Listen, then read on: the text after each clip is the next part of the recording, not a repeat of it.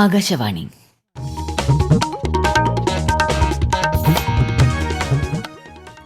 നമസ്കാരം. പ്രാദേശിക വാർത്തകൾ വായിക്കുന്നത് സീന ആന്റണി.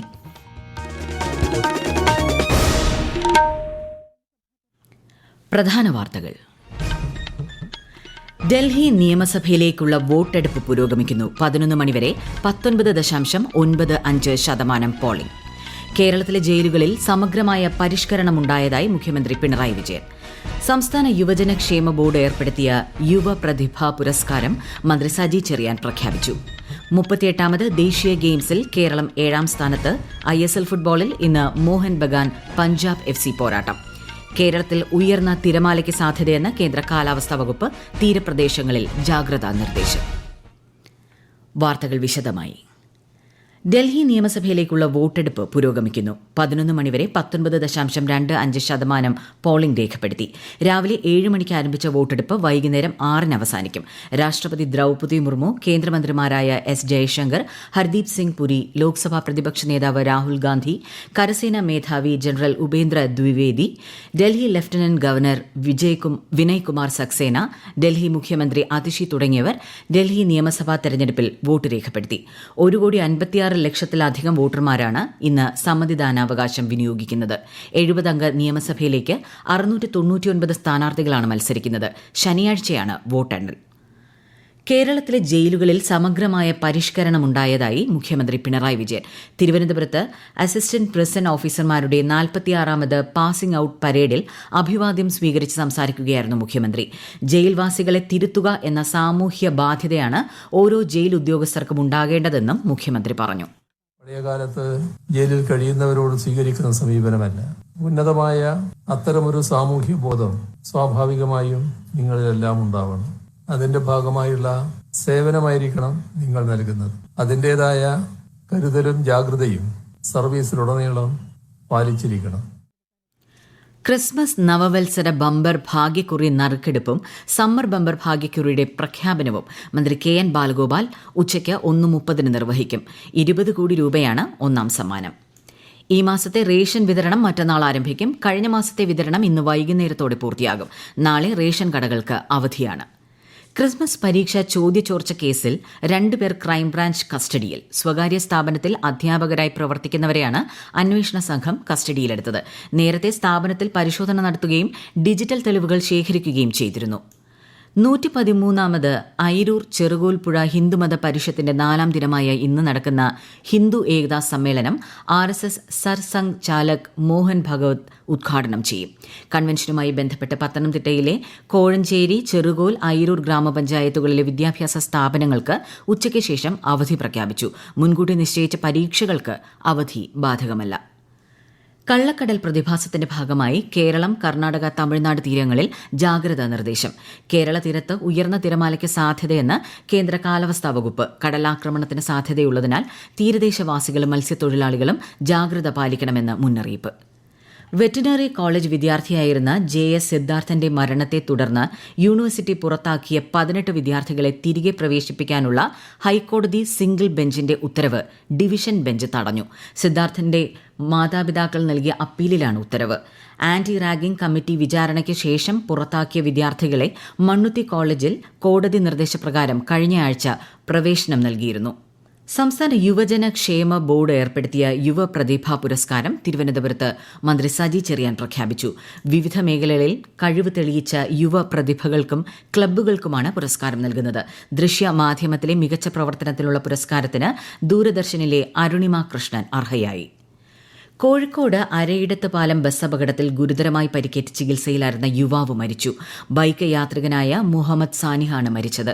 ഇന്നലെയുണ്ടായ അപകടത്തിൽ ബസ്സിലുണ്ടായിരുന്ന 50ഓളം പേർക്ക് പരിക്കേറ്റു. അപകടത്തെക്കുറിച്ച് മോട്ടോർ വാഹന വകുപ്പ് അന്വേഷണം നടത്തും. ഈ വാർത്തകൾ ആകാശവാണിയിൽ നിന്ന്. ആകാശവാണി വാർത്തകളും വാർത്താധിഷ്ഠിത പരിപാടികളും All India Radio News Thiruvananthapuram YouTube ചാനലിലും All India Radio News Thiruvananthapuram Facebook പേജിലും AR News_ തിരുവനന്തപുരം ഇൻസ്റ്റഗ്രാം അക്കൌണ്ടിലും AR News_TVM X ഹാൻഡിലും ലഭ്യമാണ്. ഉത്തരാഖണ്ഡിൽ പുരോഗമിക്കുന്ന 38ാമത് ദേശീയ ഗെയിംസിൽ കേരളം 7ാം സ്ഥാനത്ത്. 20 മെഡലുകളാണ് കേരളം സ്വന്തമാക്കിയത്. മെഡൽ പട്ടികയിൽ കർണാടക 1ാം സ്ഥാനത്തും സർവീസസ് 2ാം സ്ഥാനത്തും മഹാരാഷ്ട്ര 3ാം സ്ഥാനത്തുമാണ്. ഫുട്ബോൾ സെമിയിൽ കേരളം ഇന്ന് അസമിനെ നേരിടും. സ്പ്രിന്റ്, ബീച്ച് വോളിബോൾ മത്സരങ്ങളും ഇന്ന് നടക്കും. സീനിയർ അക്വാട്ടിക് ചാമ്പ്യൻഷിപ്പിനായി ഒരുങ്ങുകയാണെന്നും കേരളത്തിനായി അഭിമാന നേട്ടം കൈവരിക്കാൻ പരിശ്രമം തുടരുമെന്നും ദേശീയ ഗെയിംസിലെ ഹാട്രിക് സ്വർണ്ണ മെഡൽ ജേതാവ് ഹർഷിത ജയറാം ആകാശവാണി വാർത്തകളോട് പ്രതികരിച്ചു. നീന്തലിൽ 3 സ്വർണ്ണ മെഡലുകളാണ് ഹർഷിത കേരളത്തിനായി നേടിയത്. Hi, I'm Harshita Jairam. I'm extremely happy to know that I'm the first woman in Kerala to win 3 gold medals. I participated in 4 events, but I won 3 gold medals. I'm currently training with Jairaj sir in Bangalore. There'll be a Senior National Aquatic Championship coming up. I will definitely try to participate in more events and win more medals for Kerala. ISL ഫുട്ബോളിൽ ഇന്ന് Mohan Bagan super giant Punjab FCയെ നേരിടും. വൈകുന്നേരം 7:30 കൊൽക്കത്തയിലാണ് മത്സരം. ഗതാഗതക്കുരുക്ക് രൂക്ഷമായ ദേശീയപാതയിലെ കണ്ണൂർ പുതിയ തെരുവിൽ 5 ദിവസത്തേക്ക് പരീക്ഷണാടിസ്ഥാനത്തിൽ നടപ്പിലാക്കിയ ഗതാഗത പരിഷ്കരണം ചില ഭേദഗതികളോടെ തുടരാൻ തീരുമാനം. വിശദാംശങ്ങളുമായി ആകാശവാണി കണ്ണൂർ ജില്ലാ പ്രതിനിധി KO ശശിധരൻ.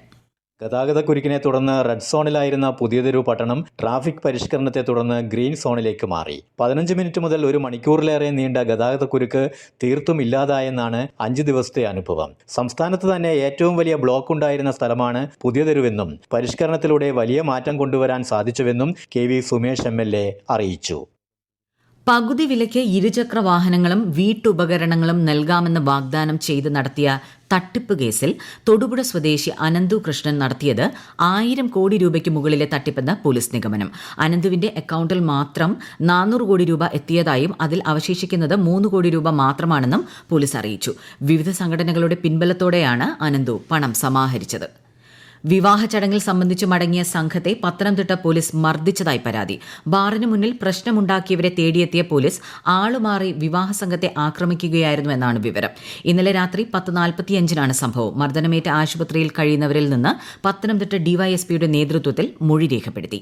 തൃശൂർ വാൽപ്പാറയിൽ കാട്ടാനയുടെ ആക്രമണത്തിൽ പരിക്കേറ്റ് വിദേശ പൌരൻ മരിച്ചു. ബ്രിട്ടീഷ് പൌരനായ മൈക്കിളാണ് മരിച്ചത്. ഇന്നലെ വൈകുന്നേരം വാൽപ്പാറ പൊള്ളാച്ചി റോഡിൽ ബൈക്കിൽ ആനയെ പിന്തുടരുന്നതിനിടെയായിരുന്നു ആക്രമണം. സ്വാതന്ത്ര്യ സമര സേനാനിയും കോൺഗ്രസ് നേതാവുമായിരുന്ന കണ്ണൂർ കണ്ണോത്ത് കുഞ്ഞികൃഷ്ണൻ നായർ എന്ന KN കണ്ണോത്ത് അന്തരിച്ചു. 94 വയസ്സായിരുന്നു. സംസ്കാരം ഇന്ന് കേളോത്ത് കൈവല്യം ശ്മശാനത്തിൽ നടക്കും. കൊല്ലം കൊട്ടാരക്കരയിൽ ആംബുലൻസും ലോറിയും കൂട്ടിയിടിച്ച് 2 മരണം. ആംബുലൻസിലുണ്ടായിരുന്ന രോഗി ഉൾപ്പെടെ 2 പേർ മരിച്ചു. 9 പേർക്ക് പരിക്കേറ്റു. അടൂർ ഏഴംകുളം സ്വദേശി തമ്പി, ഭാര്യ ശ്യാമള എന്നിവരാണ് മരിച്ചത്. കോഴിക്കോട് ഹോട്ടൽ ജീവനക്കാരി കെട്ടിടത്തിൽ നിന്നും ചാടിയ സംഭവത്തിൽ ഹോട്ടൽ ഉടമ പോലീസ് കസ്റ്റഡിയിൽ. സംഭവത്തിൽ 2 പേരെ കൂടി പിടികൂടാനുണ്ട്. വിഷയത്തിൽ അടിയന്തര അന്വേഷണത്തിന് മനുഷ്യാവകാശ കമ്മീഷൻ ഉത്തരവിട്ടു. കേരള വനിതാ കമ്മീഷനും റിപ്പോർട്ട് തേടിയിട്ടുണ്ട്. ആകാശവാണി തിരുവനന്തപുരം നിലയത്തിന്റെ 75ാം വാർഷികാഘോഷങ്ങളുടെ ഭാഗമായി സംഘടിപ്പിച്ചുവരുന്ന സ്വരമഞ്ജരി കർണാടക സംഗീത പരിപാടിയുടെ 3ാം അധ്യായം ഈ മാസം 8-ന് വർക്കല ഗുരുനാരായണഗിരിയിൽ നടക്കും. പരിപാടിയുടെ ശബ്ദലേഖനം 10-ാം തീയതി രാത്രി 9:30-ന് ആകാശവാണിയുടെ എല്ലാ കേരള നിലയങ്ങളിലും പ്രക്ഷേപണം ചെയ്യുന്നു. All India confederation of SC/ST ദേശീയ ജനറൽ സെക്രട്ടറിയായിരുന്ന K. രാമൻകുട്ടിയുടെ സ്മരണാർത്ഥം സംഘടിപ്പിക്കുന്ന K. രാമൻകുട്ടി അനുസ്മരണ പരിപാടി മന്ത്രി സജി ചെറിയാൻ ഇന്ന് തിരുവനന്തപുരത്ത് ഉദ്ഘാടനം ചെയ്യും. മന്ത്രി രാമചന്ദ്രൻ കടന്നപ്പള്ളി അധ്യക്ഷനാകും. രാജ്യത്തെ ഓഹരി വിപണികളിൽ നഷ്ടം. ബോംബെ ഊരി സൂചിക സെൻസെക്സ് 182 പോയിന്റ് നഷ്ടത്തിൽ 78,401-ലും ദേശീയ ഓഹരി സൂചിക നിഫ്റ്റി 6 പോയിന്റ് നഷ്ടത്തിൽ 23,745-ലും വ്യാപാരം തുടരുന്നു. സ്വർണ്ണവിലയിൽ വർധന. സ്വർണം ഗ്രാമിന് 95 രൂപ ഉയർന്ന് 7,905 രൂപയും പവന് 63,240 രൂപയുമാണ് ഇന്നത്തെ വില. പ്രധാന വാർത്തകൾ വീണ്ടും. ഡൽഹി നിയമസഭയിലേക്കുള്ള വോട്ടെടുപ്പ് പുരോഗമിക്കുന്നു. 11 മണിവരെ 19.95% പോളിംഗ്. കേരളത്തിലെ ജയിലുകളിൽ സമഗ്രമായ പരിഷ്കരണം ഉണ്ടായതായി മുഖ്യമന്ത്രി പിണറായി വിജയൻ. സംസ്ഥാന യുവജന ക്ഷേമ ബോർഡ് ഏർപ്പെടുത്തിയ യുവ പ്രതിഭാ പുരസ്കാരം മന്ത്രി സജി ചെറിയാൻ പ്രഖ്യാപിച്ചു. 38ാമത് ദേശീയ ഗെയിംസിൽ കേരളം 7ാം സ്ഥാനത്ത്. ISL ഫുട്ബോളിൽ ഇന്ന് മോഹൻ ബഗാൻ പഞ്ചാബ് FC പോരാട്ടം. കേരളത്തിൽ ഉയർന്ന തിരമാലയ്ക്ക് സാധ്യതയെന്ന് കേന്ദ്ര കാലാവസ്ഥാ വകുപ്പ്. തീരപ്രദേശങ്ങളിൽ ജാഗ്രതാ നിർദ്ദേശം.